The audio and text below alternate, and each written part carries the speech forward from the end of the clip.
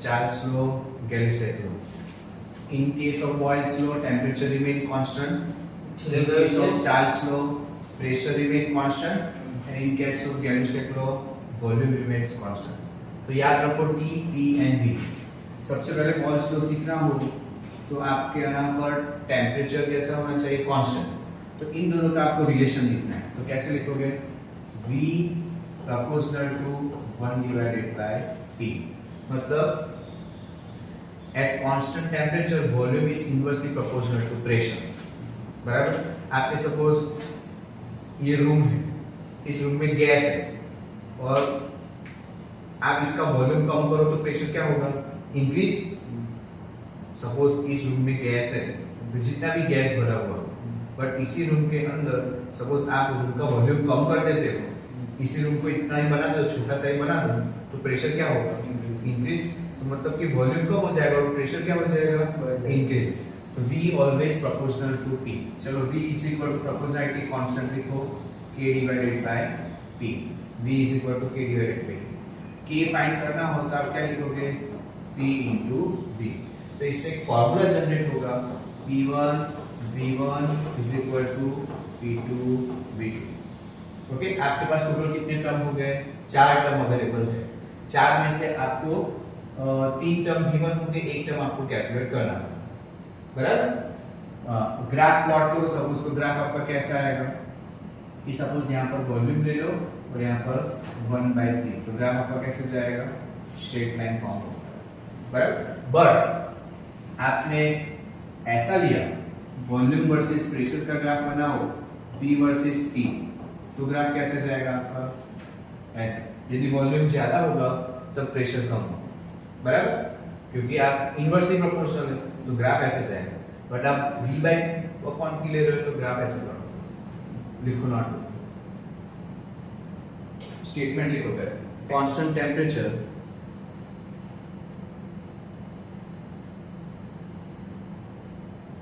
the pressure of fixed amount of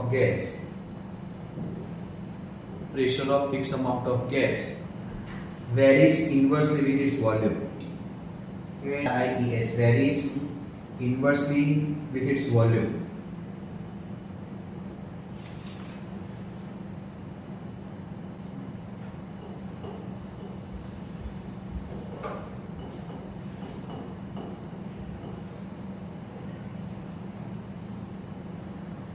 अब charge में क्या कांस्टेंट होगा?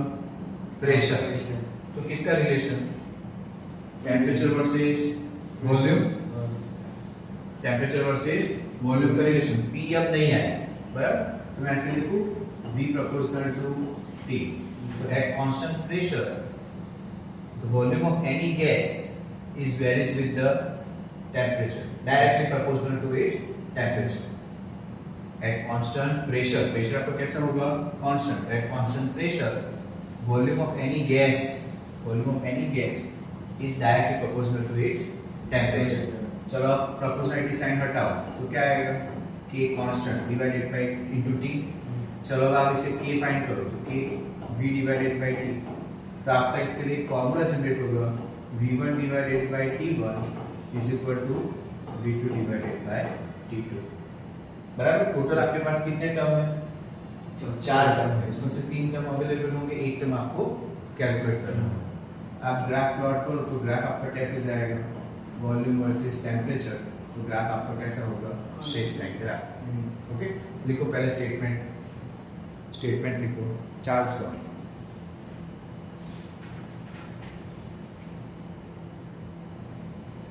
Pressure remain constant. Pressure remain constant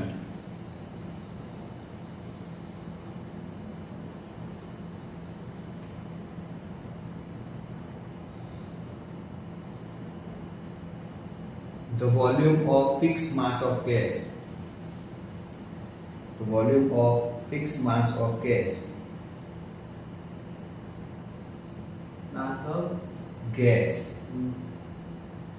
is directly proportional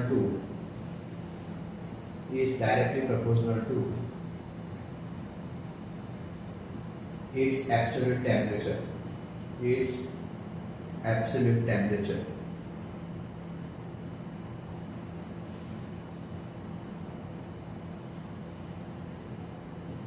graph plot करो।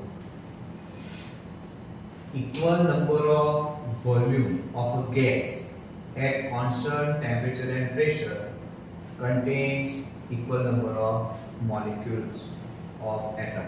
मानो कि आपने कंटेनर लिया, कंटेनर में हर एक में आपका नंबर ऑफ वॉल्यूम सेम है, 50 ml 50 ml 50 ml, constant temperature and pressure, तो हर एक के अंदर नंबर ऑफ मॉलिक्यूल्स कैसे होंगे? सेम।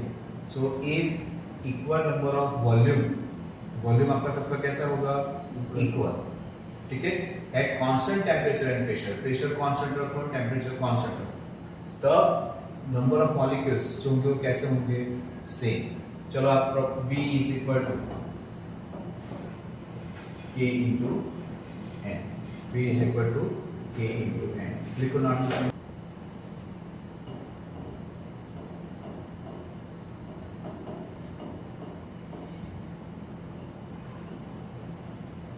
गैलिसेट। तो गैलिसेट लॉ सीखना हो तो क्या कांस्टेंट? Volume constant. तो किसका रिलेशन लिखना है? टेम्परेचर और प्रेशर का रिलेशन। तो प्रेशर और टेम्परेचर का रिलेशन क्या होगा? T proportional to P। चलो T is equal to K into P। तो K फाइंड करना हो तो क्या हो जाएगा? K divided by P is equal to K constant. तो आपके पास एक फॉर्मूला बन गया कि T1 upon P1 is equal to T2 divided by P2। Total कितने टर्म्स है आपके पास? 4 में से 3 टर्म गिवन होंगे, एक टर्म आपको कैलकुलेट करना। ओके, तो डेफिनेशन क्या होगा? कांस्टेंट क्या होगा आपका? Volume. At constant volume temperature is directly proportional to pressure of that gas.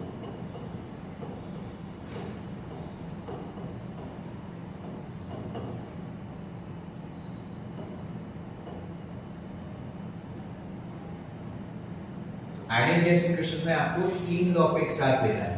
एक पहला बॉयल्स लॉ को हम लेंगे, चार्ल्स लॉ को हम लेंगे और एवोगैड्रो लॉ। तो सबसे पहले बॉयल्स लॉ। चलो बॉयल्स लॉ में क्या कांस्टेंट था आपका? Temperature constant. तो रिलेशन किसका था? प्रेशर और वॉल्यूम। तो हम ऐसा लिखे V proportional to 1 by P according to Boyle's law.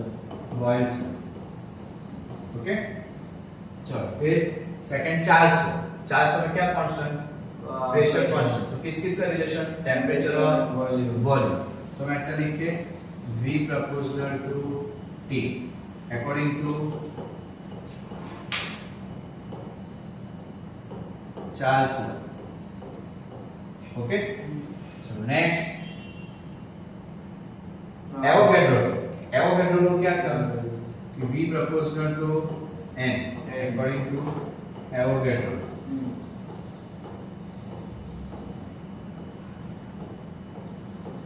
Okay, अब तीनों को आप एक साथ ले लो। तीनों में V प्रोपोर्शनल है, मतलब हम ऐसे लिख सकते हैं V proportional to 1 upon P, okay, into यहाँ पर क्या हो जाएगा आपका? T into N। ओके, अब आप प्रोपोर्शनलिटी साइन निकालो। तो जब आपका प्रोपोर्शनलिटी साइन रिमूव होगा तो क्या हो जाएगा? V is equal to T1 R T N divided by P। मैंने प्रोपोर्शनलिटी कांस्टेंट ले लिया R, प्रोपोर्शनलिटी कांस्टेंट क्या ले लिया? R। तो बाकी क्या बचा? T N और P। तो T N और P। अब मैं इसको ऐसे लिख सकता हूँ PV is equal to NRT। देखो तो हो गया PV N R और T। तो इसे हम बोलेंगे आइडियल गैस इक्वेशन। क्लियर? ये आपका हो गया आइडियल गैस इक्वेशन, जिसमें आपको कौन कौन से टर्म अवेलेबल है? P मतलब प्रेशर, V मतलब वॉल्यूम, N मतलब नंबर ऑफ मोल्स, R मतलब गैस कांस्टेंट और T मतलब टेम्परेचर। टोटल आपके पास 5 टर्म है और उसमें से एक अवेलेबल नहीं होगा, बाकी आपको काम कैलकुलेट करना होगा। R मतलब गैस कांस्टेंट, उसका वैल्यू फिक्स। अब इसमें आप ये भी कर सकते हो कि जैसे मोल्स है तो मोल्स को आप ऐसे भी कर सकते हो PV is equal to given mass upon molar mass. तो आपको वेट कैलकुलेट करने के लिए बोले तो मोलर मास आपके पास अवेलेबल हो तो आप उससे वेट भी कैलकुलेट